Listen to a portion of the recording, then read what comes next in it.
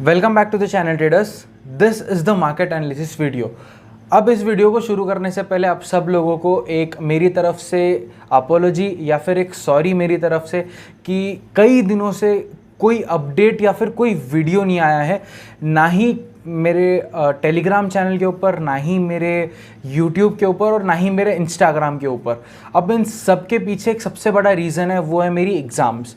मैं currently CA की exams के लिए प्रिपेयर कर रहा था और जुलाई ये मेरा एग्ज़ाम था। सो मेरे लिए पॉसिबल ही नहीं हो पा रहा था कि मैं आप सब लोगों के लिए कोई वीडियो रिकॉर्ड करूं, और मैं आप लोगों तक वो वीडियो लाना ही नहीं चाहता हूं जिसमें मैंने मेरी तरफ से 100% नहीं दिया है। अगर मैं मेरी तरफ से 100% ना दे के आपके लिए वीडियो बनाऊं तो वो वीडियो में कोई मतलब नहीं है। तो इसीलिए मैंने ऐसा चूज़ किया कि मैं वीडियो ही ना डालूं, और जब मैं वापस आऊँ तब मैं आप सब लोगों के लिए कुछ और अच्छा लेके आऊँ। और अगर आप सब लोगों को याद होगा तो पिछली एक मार्केट एनालिसिस वीडियो में मैंने आपको ना कुछ स्टॉक्स, जैसे नौकरी हो गया, ऐसे कुछ स्टॉक्स आप सब लोगों के लिए दिए थे। और अगर आप सब लोगों ने उस वीडियो को बहुत अच्छे से देखा होगा तो आज भी अगर आप देखोगे तो अगर वो स्विंग ट्रेड्स भी अगर आप लेके रखते थे तो बहुत अच्छा रिटर्न आपको मिल सकता था। ठीक है। सो अब वो कहाँ तक गए हैं, कैसे गए, वो सारी चीज़ें हम इस वीडियो में डिस्कस नहीं करेंगे। मैं उसके लिए एक सेपरेट वीडियो बना दूंगा कि मेरे स्विंग ट्रेड्स जो मैंने पर्सनली आप सब लोगों के लिए बोले थे कि इनको आप लॉन्ग कर सकते हो, उनका क्या टारगेट अचीव हुआ और मेरा फर्दर उन स्टॉक्स में मेरा फर्दर अजम्पशन या फिर मेरा फर्दर एनालिसिस क्या है। ये सारी चीज़ें छोड़ के इस वीडियो को हम स्टार्ट करेंगे और देखेंगे कि अगला जो हफ्ता आ रहा है, जो जुलाई का लास्ट वीक है, ठीक है, तो ये मेरा अजम्पशन या फिर मेरा एनालिसिस क्या बोलता है। सो हम डायरेक्टली वीडियो को स्टार्ट करेंगे और स्टॉक्स के ऊपर आएंगे, और आप सब लोगों को मेरी तरफ से एक बहुत बड़ा सॉरी। ठीक है। सो डायरेक्टली चार्ट्स के ऊपर आते हैं और देखते हैं हमारे आज के स्टॉक्स। तो मैंने इस वीक के लिए क्या क्या स्टॉक्स निकाले हैं। तो मेरा सबसे पहला स्टॉक है सुदर्शन केमिकल्स, दूसरा स्टॉक है स्टील अथॉरिटी ऑफ इंडिया, तीसरा स्टॉक है अपार इंडस्ट्रीज, चौथा स्टॉक है आईटीसी, पांचवा स्टॉक है सन फार्मा, और लास्ट स्टॉक है टीवीएस मोटर। इसके अलावा निफ्टी और बैंक निफ्टी का लाइव एनालिसिस मैं करके दिखाऊंगा। और आप सब लोगों के लिए संडे के दिन एक बहुत बड़ी स्ट्रैटेजी वाली वीडियो मैं आप सब लोगों के लिए पोस्ट करने वाला हूँ। अगर आप लोगों ने उस वीडियो को देखा, अच्छे से समझा और इस वीडियो को यूज़ किया तो 100% आपको अगला पूरा वीक बैक टेस्ट करने के लिए अच्छा टाइम मिल सकता है और अगस्त सीरीज को आप अच्छे से स्टार्ट कर पाओगे। ठीक है। और उस स्ट्रैटेजी में बहुत कुछ अच्छा है और उसका नाम ही कुछ एक्सप्लोसिव है। ठीक है। सो डायरेक्टली आपको वो सारी चीज़ें संडे को पता चलेगी, तो stay tuned for the Sundays video. ठीक है। सो अब हम डायरेक्टली पहले स्टॉक के साथ स्टार्ट करेंगे और देखेंगे कि इसमें मेरा क्या एनालिसिस है, फिर क्या व्यू है मेरा। ठीक है। और मोस्ट प्रोबेबली मैं ट्राई करूंगा कि मैं एक हाइयर टाइम फ्रेम से लेके लोअर टाइम फ्रेम तक आऊँ और आपको एनालिसिस दे पाऊँ। ठीक है। तो सबसे पहले मेरा स्टॉक था सुदर्शन केमिकल। सुदर्शन केमिकल्स के अंदर मुझे क्या दिख रहा है, एक अप ट्रेंड दिख रहा है और उसके बाद में कंसोलिडेशन दिख रहा है। इसको हम एक फ्लैग एंड पोल पैटर्न भी बोलेंगे या फिर एक ट्रायंगल पैटर्न भी बोलेंगे।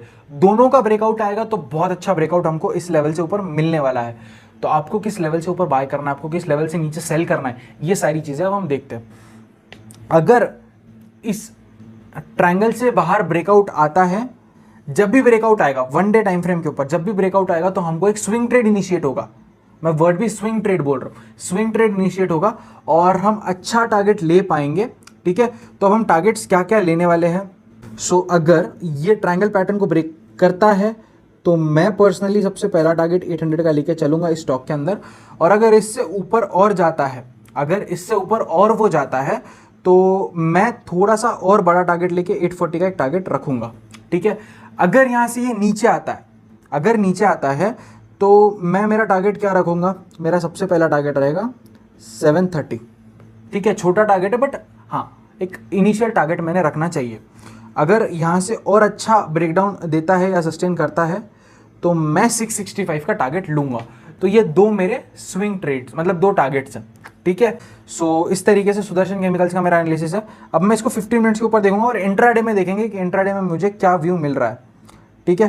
तो इंट्राडे में अगर आप क्लियरली देखोगे तो एक ट्रेंड लाइन बन रही है यहाँ से। इस ट्रेंड लाइन का ब्रेकआउट आएगा तो जो हमारी बड़ी वाली ट्रेंड लाइन है, जो हमारी बड़ी टाइम फ्रेम पे ट्रेंड लाइन बन रही है उसका मैं टारगेट लेके चलूँगा, ठीक है। और 0.5, 0.8, 0.1% वाला लॉजिक तो हमारा रहता ही हर स्टॉक का, ठीक है। सो इस तरीके से ये मेरा इजी एनालिसिस है। और नीचे भी एक हॉरिजॉन्टल लाइन फॉर्म हो रही है, तो इसका भी ब्रेकडाउन आएगा तो नीचे के लाइन तक हम टारगेट ले सकते हैं, ठीक है। सो ये वाली रही वो हमारी लाइन। सो आई होप आपको ये एनालिसिस अच्छे से समझ आया होगा। अब आते हैं नेक्स्ट एनालिसिस के ऊपर, वो है हमारा स्टील अथॉरिटी ऑफ इंडिया। इसमें भी बहुत ही ज़्यादा अच्छा एक ट्रेंड लाइन का ब्रेकआउट आज आ रहा था, बट वो सस्टेन नहीं कर पाया है। तो अगर आप सब लोगों को पता है तो जनरली जब ब्रेकआउट्स होते हैं तो ब्रेकआउट्स कभी भी इस तरीके से नहीं आएगा। ब्रेकआउट आएगा, रिटेस्ट करेगा, फिर से ऊपर जाएगा, शायद से फिर से रिटेस्ट करेगा, फिर ऊपर जाएगा, फिर रिटेस्ट करके फिर ऊपर जा सकता है। कई बार मल्टीपल रिटेस्टिंग होगी, तो जितनी बार वो रिटेस्ट करेगा एक लेवल को, वो उतना ज़्यादा स्ट्रांग होता जाएगा। मतलब ये जो सप्लाई जोन हुआ करता था, अब ये काफ़ी अच्छा डिमांड जोन बन रहा है। यहाँ पे बायर्स आ रहे हैं, तो ऊपर की तरफ का हम टारगेट ले सकते हैं, ठीक है। तो इस तरीके से आपको एनालिसिस करना है, और ये भी मैंने 1 डे टाइम फ्रेम के ऊपर ही एनालाइज किया है। और तो अब हम सीधा उसके लेवल्स निकालेंगे और हमारे टारगेट्स निकालेंगे कि मेरे टारगेट्स पर्सनली क्या एक्सपेक्ट कर रहा हूँ मैं इन सारे स्टॉक्स में, ठीक है। अगर ये इस लेवल से बाहर ब्रेकआउट देता है, ठीक है, अगर ब्रेकआउट देता है तो मैं पहला टारगेट लूँगा 140 का, और दूसरा टारगेट मैं पर्सनली लूँगा 152 का, ठीक है, ब्रेकआउट के बाद। अगर नीचे की तरफ आता है तो सबसे पहला टारगेट तो हमारा नीचे का हॉरिजॉन्टल लाइन रहेगा। कल अगर आपको बेरिश दिखता है, मतलब मंडे को अगर आपको बेरिश दिखता है, तो नीचे के ट्रेंड लाइन का पहला टारगेट ले सकते हो। और नीचे आता है तो हमको नीचे के भी तो कुछ टारगेट्स चाहिए, तो नीचे का कुछ टारगेट रहेगा हमारा 105। एक ही टारगेट दूंगा, 105 का टारगेट हम लेके चलेंगे। अब हम इसको एक छोटे टाइम फ्रेम के ऊपर भी देख लेंगे कि छोटे टाइम फ्रेम के ऊपर क्या एनालिसिस हो रहा है, या फिर क्या एनालिसिस मुझे पर्सनली लग रहा है, ठीक है। तो अगर आप छोटे टाइम फ्रेम के ऊपर देखोगे तो क्लियरली एक चीज़ आपको दिखेगी, नीचे से एक ट्रेंड लाइन फॉर्म हो रही है। इसके ब्रेकडाउन पे एक अच्छा ट्रेड इनिशिएट हो सकता है। और अगर ऊपर के साइड में देखोगे तो यहाँ पे एक रेजिस्टेंस जोन है जो यहाँ से चलता आ रहा है, तो इसके ब्रेकआउट के बाद भी अच्छा आपको ये वाला ट्रेड मिल सकता है। तो वहाँ पे हमारा हॉरिजॉन वो हमारा ट्रेंड लाइन है, तो वहाँ से ब्रेकआउट आएगा तो आपको लॉजिकली स्विंग ट्रेड इनिशिएट होने ही वाला है, ठीक है। सो अब हम नेक्स्ट स्टॉक के ऊपर आएंगे और नेक्स्ट स्टॉक के अंदर देखेंगे कि मेरा क्या एनालिसिस है। नेक्स्ट स्टॉक है अपार इंडस्ट्रीज। इसमें एक बहुत अच्छा राउंडिंग बॉटम पैटर्न का एक ब्रेकआउट आया है। ये स्टॉक प्योरली ब्रेकआउट वाला है। तो अब हम देखेंगे कि इस स्टॉक के अंदर मेरा व्यू क्या है, या फिर मैं पर्सनली कहाँ तक के होल्ड करूँगा, या फिर क्या कहाँ तक के होल्ड करना चाहूँगा, ठीक है। सो अगर आप देखोगे तो ये काफ़ी अच्छा राउंडिंग बॉटम बना के ऊपर की तरफ निकल चुका है। और अगर आप अच्छे से देखोगे, अगर आपने अच्छे से नोटिस किया होगा तो kind of cup and handle pattern भी है, एक कप एंड हैंडल पैटर्न का भी ब्रेकआउट है। तो अब ये ब्रेकआउट तो आ चुका है, हो सकता है वो रिटेस्ट करने इस लेवल पे आएगा, बट मेरे लिए बाय इनिशिएट हो चुका है। मंडे के दिन बाय इनिशिएट हो चुका है। टारगेट मैं लूँगा पहला टारगेट, और फाइनल टारगेट 700 का टारगेट लेके चलेंगे एक स्विंग ट्रेड के अंदर। बट अगर आपको छोटे टारगेट चाहिए तो 660 एक बीच में आप एक टारगेट ले सकते हो। नीचे मैं स्टॉक में अज्यूम नहीं करता हूँ, तो मैं नीचे का एनालिसिस नहीं दूंगा। मैं पर्सनली बाय ट्रेड ही इनिशिएट करने वाला हूँ, तो मैं आप सब लोगों को बाय ही बताऊंगा, ठीक है। सो अपार इंडस्ट्रीज में ब्रेकआउट आ चुका है, तो ब्रेकआउट का ट्रेड आपको लेना है। ITC सबसे बढ़िया स्टॉक, और जो बहुत सारे लोग इस स्टॉक को लेके बैठे होंगे, या फिर बहुत सारे लोग कई सालों से स्टॉक में है जो 200 के लेवल पे ही बैठा है। तो इस स्टॉक के अंदर मेरा अब व्यू थोड़ा सा बुलिश हो चुका है। मैंने पर्सनली काफ़ी अच्छी क्वांटिटीज़ बाय करी है स्टॉक के अंदर, काफ़ी ज़्यादा अच्छी क्वांटिटीज़। मतलब आई वुड नॉट से द नंबर, बट हाँ मैंने बहुत ज़्यादा क्वांटिटीज़ में लॉन्ग हूँ। I am long in futures, I am long in cash market, ठीक है। और मैं पर्सनली स्टॉक में लॉन्ग हूँ क्योंकि इसने बहुत अच्छा ब्रेकआउट दिया है। अगर आप देखोगे फरवरी महीने से जो एक ट्रेंड लाइन चलती आ रही थी, उसका ब्रेकआउट आया है आज, ठीक है। अब ये ब्रेकआउट कहाँ तक सस्टेन करेगा? पहला टारगेट 220, फर्स्ट टारगेट 220। अब आप बोलोगे कि स्विंग ट्रेड दे रहे हो स्टॉक में, छोटा टारगेट क्यों दे रहे हो? हाँ, इस स्टॉक में छोटा ही टारगेट मिलेगा क्योंकि स्टॉक जनरली छोटे टारगेट्स के लिए ही चलता है। और फाइनल टारगेट मेरा 240 का रहेगा, ठीक है। 240 will be my final target, और बीच में 220 का मेरा टारगेट तो है ही, 220 का बीच का मेरा टारगेट है ही, ठीक है। सेल साइड नहीं दूंगा, मेरे लिए बाय है। मैं पर्सनली लॉन्ग हूं, तो मैं क्यों बताऊं आपको कि सेल साइड जाओ? मैं लॉन्ग हूं, मैंने मेरी साइड बता दी। हाँ, अब इसको सुन के हर कोई ब्लाइंडली स्टॉक में लॉन्ग मत जाना। ब्रेकआउट दिया है, अगर आपको ट्रस्ट आता है मेरे सेटअप पे, आप आपका सेटअप अप्लाई करो, आपकी स्ट्रैटेजीज अप्लाई करो और देखो क्या ये ब्रेकआउट दे रहा है, क्या ये ब्रेकआउट बता रहा है। चलो हम एक और चीज़ करते हैं, हम मूविंग एवरेजेस भी यूज़ कर लेते हैं। मूविंग एवरेज एक्सपोनेंशियल हम यूज़ करेंगे और हम पीरियड कर लेंगे इसको 50, ठीक है। इसकी लेंथ हम 50 कर देंगे। 50 की लेंथ करके हम देखते हैं क्या हो रहा है। 50 को सपोर्ट लिया था इसने इस एरिया में, काफ़ी अच्छा सपोर्ट लेके ब्रेक मतलब सपोर्ट लेके ऊपर की तरफ गया है। अब इसी का पीरियड हम 200 करके देखते हैं कि 200 पे क्या बता रहा है। ओके 200 पे भी वो वहीं पे था, 200 का भी इसने आज सपोर्ट लेके ही ऊपर की तरफ गया है। चलो 400 का मूविंग एवरेज देखेंगे। अब आप बोलोगे सारे मूविंग एवरेजेस वहीं पे क्यों आ रहे हैं? वहां पे आने का रीजन ये कि वो स्टॉक हमेशा 200 की रेंज, उसी रेंज में रहता है, 200 से लेके 220 की रेंज में, तो उसका मूविंग एवरेज वहीं पे आएगा। अगर आप क्लियरली देखोगे ना तो ये रहा उसका मूविंग एवरेज। मैं ना मेरी सारी ड्राइंग्स डिलीट करता हूँ और आप सब लोगों को अच्छे से दिखेगा। ये रहा हमारा 400 का मूविंग एवरेज, ठीक है। इसका कलर मैं रेड करता हूँ सो दैट आपको और अच्छे से दिखेगा। रेड कलर में एक ब्रेकआउट आया है आज, 400 के EMA का ब्रेकआउट है। ये सस्टेन करेगा, 100% करेगा। अब 100% क्यों बोल रहा हूँ? क्योंकि मेरे सारे सेटअप्स में होता है और मैं अगर मेरी सारी सेटअप्स में, मेरे लिए तो ये 100% है। हो सकता है मैं गलत साबित हो जाऊँ, हो सकता है, तो मार्केट हमेशा आपको सही नहीं बताएगा, गलत साबित भी करेगा, ठीक है। सो यहाँ पे ये ब्रेकआउट आया है और मैं पर्सनली लॉन्ग हो चुका हूँ। अब हम आते हैं नेक्स्ट स्टॉक के ऊपर, that is Sun Pharma. Sun Pharma के अंदर भी मुझे एक बहुत अच्छा पैटर्न दिख रहा है। कौन सा पैटर्न है? कप एंड हैंडल पैटर्न है। ये रहा इसका कप, ये रहा इसका हैंडल और ये इसका ब्रेकआउट है। अप्रॉक्स मेरे हिसाब से तो ये ब्रेकआउट लेवल आ चुकी है, ये इसने ब्रेकआउट दे दिया है। इस लेवल पे इसका ब्रेकआउट आना चाहिए था और उसने ब्रेकआउट दे दिया है। ये भी मेरे लिए बाय है। अब आप बोलोगे सारे ट्रेड्स तो बाय के दे रहे हो। हाँ, क्योंकि मैं पर्सनली कई दिनों के बाद मार्केट में आया हूँ और मैं निगेटिविटी एक्सपेक्ट ही नहीं करता। हो सकता है शॉर्ट साइड जाऊँगा, बट क्यों एक्सपेक्ट करूँ? हो सकता है मार्केट ऊपर की तरफ जाएगा। तो मैं after a long break market में आया, तो मैं जनरली, टू बी फ्रैंक, मैं एक ऑप्टिमिस्टिक बंदा हूँ और मैं बुल साइड ज़्यादा प्रेफर करता हूँ। जो लोग मेरे साथ हैं उन सबको पता है कि मैं बुल साइड ही ज़्यादा प्रेफर करता हूँ। जब भी मार्केट शॉर्ट साइड जाता है तो मैं रेड बुल बनता हूँ। The reason is I am bull, but जब मार्केट रेड जाता है तो मेरे को ज़्यादा प्रॉफिट होता है। बहुत बार ऐसा होता है कि मैं गिरते हुए मार्केट में ज़्यादा पैसा कमाता हूँ, बट हाँ, टू बी फ्रैंक, मैं थोड़ा सा ऑप्टिमिस्टिक बंदा हूँ और जब मैं ब्रेक के बाद आया हूँ तो मैं एक्सपेक्ट करता हूँ कि मार्केट थोड़ा सा ऊपर की तरफ ही जाए और मैं बाय ही करूँगा और मैंने बाय ही किया है। तो इसका एक कप एंड हैंडल पैटर्न का ब्रेकआउट आया है और ये ब्रेकआउट मुझे तो पर्सनली लगता है कि अब ये सस्टेन करेगा, ठीक है। अब ये सन फार्मा कौन सा है? ये सन फार्मा है SPARC, ठीक है, SPARC, एडवांस रिसर्च, ऐसा कुछ सन फार्मा है। ये कोई अलग, मतलब ये अपना 500 to 600 रेंज वाला सन फार्मा नहीं है, ये कोई अलग वाला सन फार्मा, SPARC। तो आप लोग अच्छे से इसको नोट कर लो। शायद मेरे वॉच लिस्ट में कुछ और डाला होगा, बट हाँ, इट इज SPARC, ठीक है। सो इसका ब्रेकआउट आया है। टारगेट 280 का एक रखूंगा और 310 का एक टारगेट रखूंगा, दो ही टारगेट रखूंगा, 280 और 310, ठीक है। दो बेस्ट वाले टारगेट्स रहेंगे मेरे लिए। सो सेल साइड एक्सपेक्ट नहीं करता हूँ, बट ठीक है, अगर नीचे आता है तो 240 की रेंज तक आप एक्सपेक्ट कर सकते हो उसको, ठीक है। इजी एनालिसिस था। अब आते हैं बहुत अच्छे स्टॉक के ऊपर, that is TVS Motors. So TVS motor के अंदर क्या हुआ, मार्केट कंटिन्यूसली एक एरिया पे सपोर्ट ले रहा था और इसने इसका ब्रेकडाउन दिया है, अच्छा ब्रेकडाउन दिया है। और अब ना इसने ये गैप जो था ये फिल कर दिया है। बहुत पुराना गैप था, अप्रॉक्स अगर मैं बोलूँ तो अप्रैल महीने का गैप था, जो इसने अब ये फिल कर दिया है। और अगर आप देखोगे तो एक अच्छी बाइंग, मतलब लोअर लेवल रिजेक्शन दिख रहा होगा आपको, एक लोअर लेवल रिजेक्शन आया है। हर कैंडल के अंदर एक लोअर लेवल रिजेक्शन है, ठीक है।